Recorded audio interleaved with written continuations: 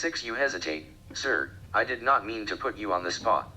If you are not yet ready to reveal your purpose in traveling here, your demeanor all but precludes the possibility that you are a tourist wandering aimlessly through this part of the world, then I will not insist. Ah, I see that you have detected dissent. Nothing escapes you, your senses are as acute as those of a fox in the wild. It is rather pleasant, is it not? Yes, you are right, it is jasmine. It comes, as your glance suggests you have already surmised, from the table beside ours, where that family has just taken their seats for dinner. What a contrast, the paleness of those buds strung with needle and thread into a fluffy bracelet against the darkness of that lady's skin. And what a contrast, again, the delicacy of their perfume against the robust smell of roasting meat.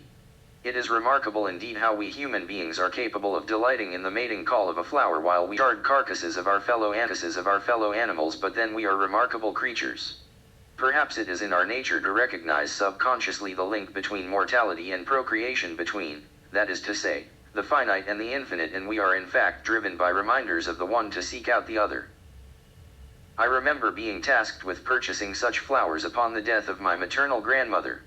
I was 16 at the time and in possession of a fake motor vehicle learner's permit. It had been my brother's, and I was so excited to be behind the wheel of an automobile that I was regularly sent by my family to do errands that might otherwise have been carried out by our chauffeur.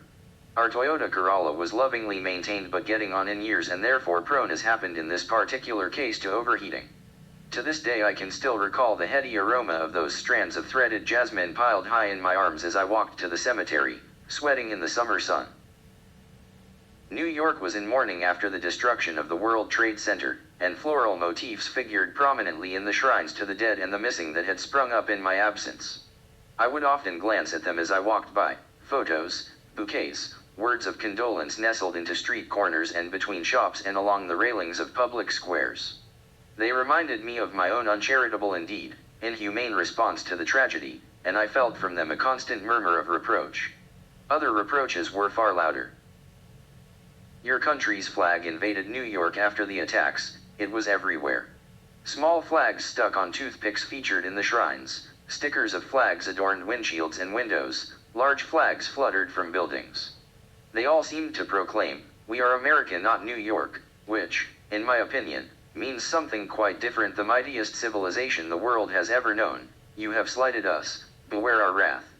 Gazing up at the soaring towers of the city, I wondered what manner of host would sally forth from so grand a castle.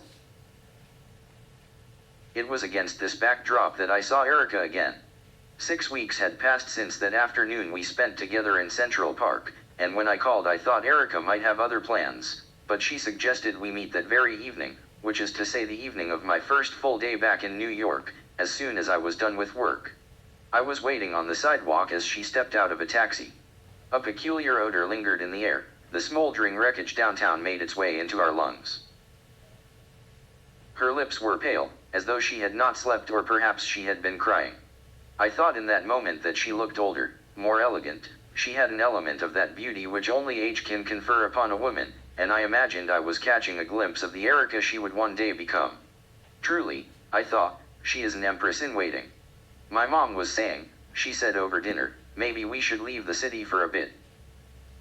Go out to the Hamptons. But I told her the last thing I wanted to do was leave town.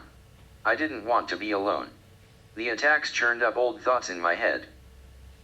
I nodded but said nothing in response. I felt we were encountering one another at a funeral. One never knows what to say to those who have been bereaved. I keep thinking about Chris, she went on. I don't know why. Most nights I have to take something to help me rest. It's kind of like I've been thrown back a year. I suspect I looked alarmed because she smiled and added, "It's not that bad. I mean, I'm eating fine. I haven't lost it. But I feel haunted, you know." I considered her choice of words. "I have an aunt," I said, "my mother's most beautiful sister. Her marriage was arranged, so she had only met her husband a few times beforehand. He was an Air Force pilot. He died 3 months later, but she never married again. She said he was the love of her life." Erica appeared moved, both touched and troubled by what I had said. Leaning forward, she asked, "What's she like now?" "Mad," I said. "Mad as a March hare." Erica stared, Then she started to laugh, a surprised and delighted guffaw, and when she was done she placed her hand on mine. "I missed you," she said. "It's good to have you back." I wanted to slip my fingers between hers, but I held my hand completely still, as though I was afraid any movement on my part might dislodge our connection. "Is she really mad?" Erica asked, raising an eyebrow and imitating my pronunciation of the word. "Yes, I am afraid," I said with mock solemnity, utterly. This made her smile. She suggested we order another bottle of wine. We lingered at our table until the restaurant closed for the night, by which time we were rather pleasantly drunk, and then strolled out into the street. "I love it when you talk about where you come from," she said, slipping her arm through mine. "You become so alive." I did not say that the same could be said of her when she spoke of Chris. I did not say it because this fact elicited in me mixed emotions. On the one hand, it pleased me as her friend to see her so animated, and I knew, moreover, that it was a mark of affection that she took me into her confidence in this way. I had never heard her discuss Chris when speaking to someone else. On the other hand, I was desirous of embarking upon a relationship with her that amounted to more than friendship, and I felt in the strength of her ongoing attachment to Chris the presence of a rival, albeit a dead one, with whom I feared I could never compete. The aunt I had mentioned was unlike Erica in almost every way. She was plump, insisted on traveling only by scooter, wore a backpack frequently crammed with goodies for her young nieces and nephews, and lived on a widow's small pension. But this was my aunt at 45. The woman who stared jauntily out of her photographs at the age of 22 was cocksure and painfully attractive.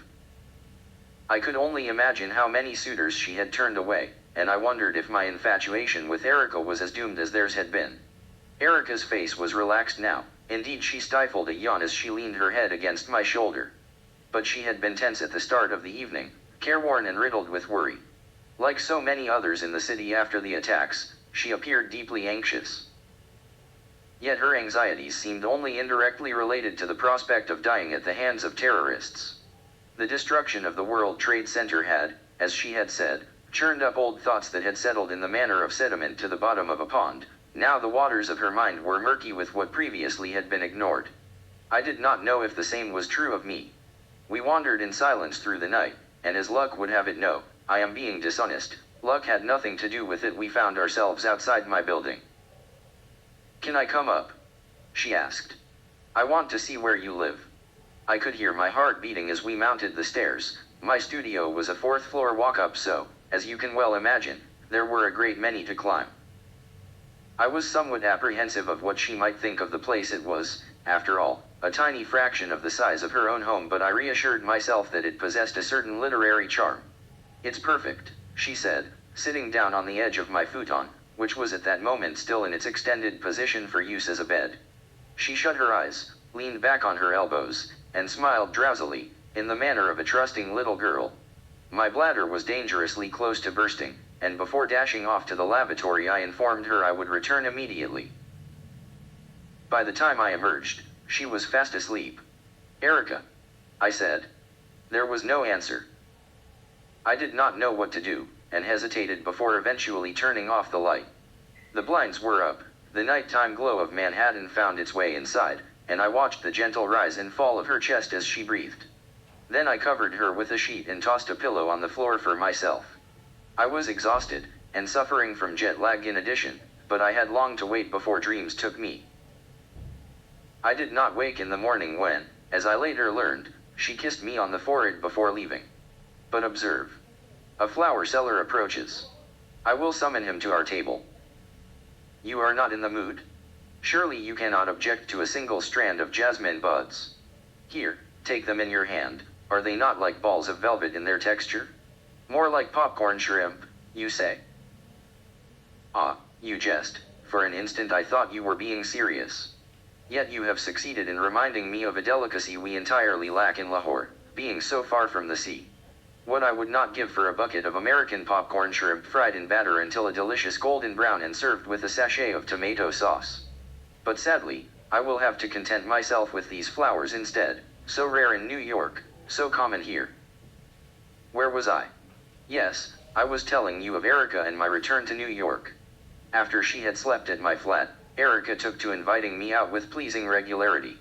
I accompanied her to fundraisers for the victims of the World Trade Center, dinners at the houses, for they were houses, brownstones preserved as islands of single-family accommodation amidst Manhattan's sea of apartments of her friends, openings, and private viewings for patrons of the arts. I became, in effect, her official escort at the events of New York society. This role pleased me indeed. I was presumptuous enough to think that this was how my life was meant to be, that it had in some way been inevitable that I should end up rubbing shoulders with the truly wealthy in such exalted settings.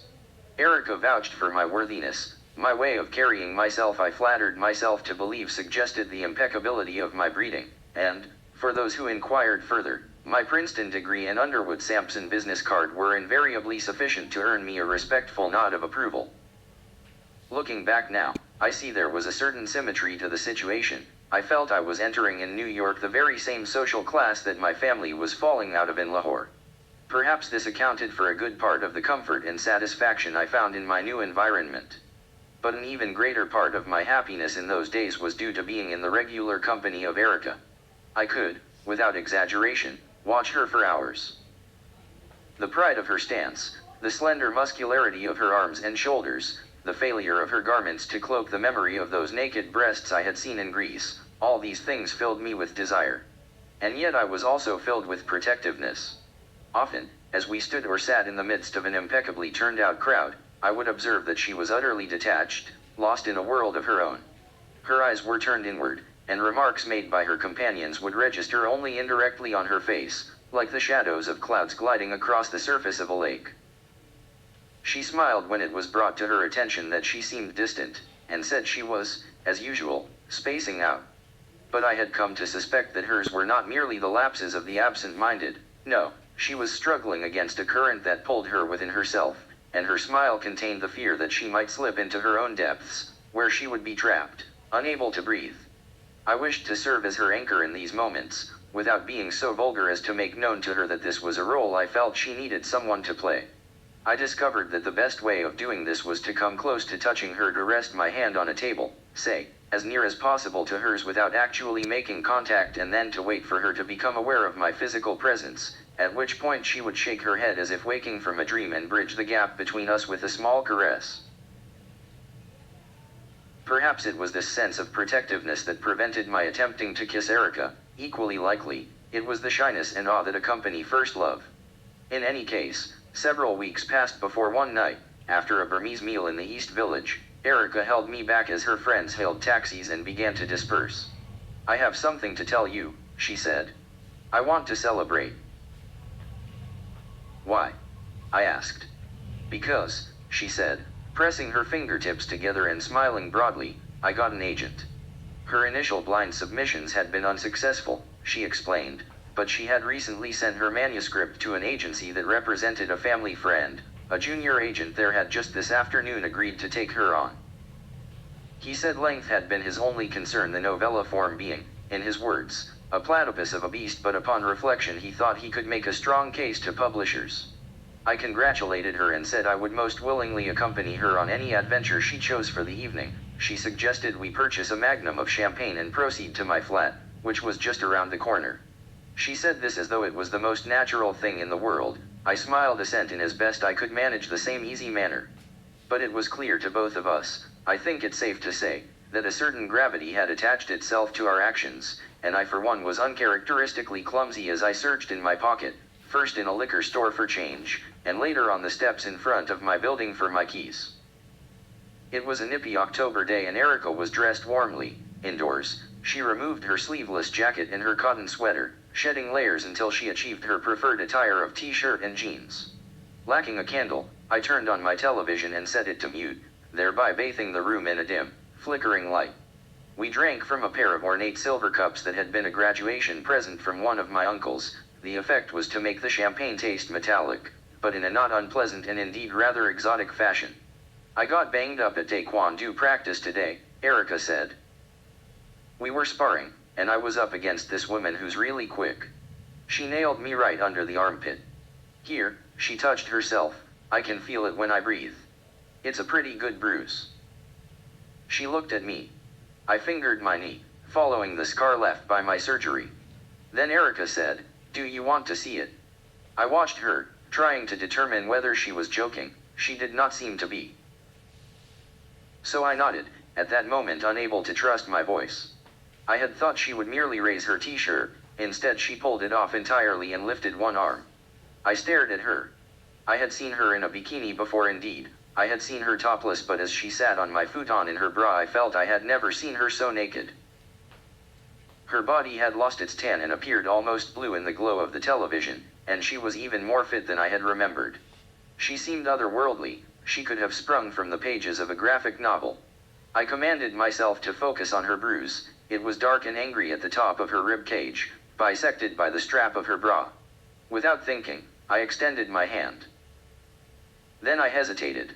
She returned my gaze watchfully, but her expression did not change, so I touched her, placing my fingers on her bruise. She rested her hand on the back of her head as I traced the line of her ribs. I felt her skin break out in goosebumps, and I pulled her to me, embracing her gently and giving first her forehead, and then her lips, a kiss. She did not respond, she did not resist, she merely acceded as I undressed her. At times I would feel her hold onto me, or I would hear from her the faintest of gasps.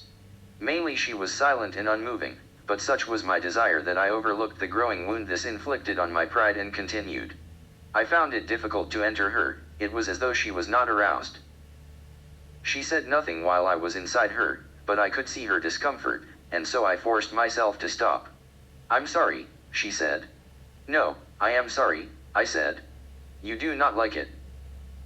"I don't know," she said, and for the first time in my presence, her eyes filled with tears. "I just can't get wet. I don't know what's wrong with me." I held her in my arms, and as we lay there, she told me I was the first man she had been with since Chris, indeed, other than Chris. Her sexuality, she said, had been mostly dormant since his death. She had only once achieved orgasm, and that, too, by fantasizing of him. I did not know what to say. I wanted to console her, to accompany her into her mind and allow her to be less alone. So I asked her to tell me about him, how they had come to kiss, how they had come to make love. "You really want to know?" she asked. I replied that I did, and so she told me. I knew bits and pieces of their story from before. That night I received it whole. Something of it seemed familiar to me. Later I would realize what seemed familiar was the emotion with which she spoke, an emotion similar to that which she evoked in me. I attempted to separate myself from the situation, to listen to her as though I were not both aching for her and hurt that seemingly despite herself her body had rejected me. I succeeded in this to an extent that surprises me still, when I think of it today. Their story remains vivid in my mind, but I will not recount it now. Suffice it to say that theirs had been an unusual love, with such a degree of commingling of identities that when Chris died, Erica felt she had lost herself. Even now, she said, she did not know if she could be found. But as she spoke of him, her voice seemed to strengthen, and I felt her naked body soften and relax beside me. A liveliness entered her eyes, they ceased to be turned inward.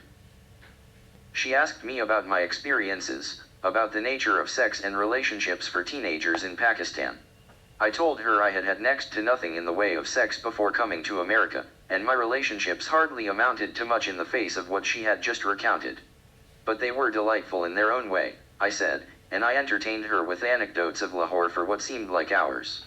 At one point I found myself gazing up at the ceiling as though I were gazing at the stars, and the two of us started to laugh. I felt we were at last becoming comfortable in the same bed, and as the sky outside began to lighten, I was compelled to stifle a good-natured yawn. She, too, was drowsy, she said, adding that I was better than any medication at putting her at ease. We fell asleep like that, not in one another's arms, but shoulder to shoulder, with our knuckles touching at our sides. Perhaps because of our conversation I dreamed not of Erica, but of home. What she dreamed of I did not know. But I observe, sir, that you are watching me with a rather peculiar expression. Possibly you find me crass for revealing such intimacies to you, a stranger? No. I will interpret that movement of your head as a response in the negative. Allow me to assure you that I do not always speak this openly, indeed, I almost never do. But tonight, as I think we both understand, is a night of some importance. Certainly I perceive it to be so, and yet if I am wrong, you will surely be justified in regarding me the most terrible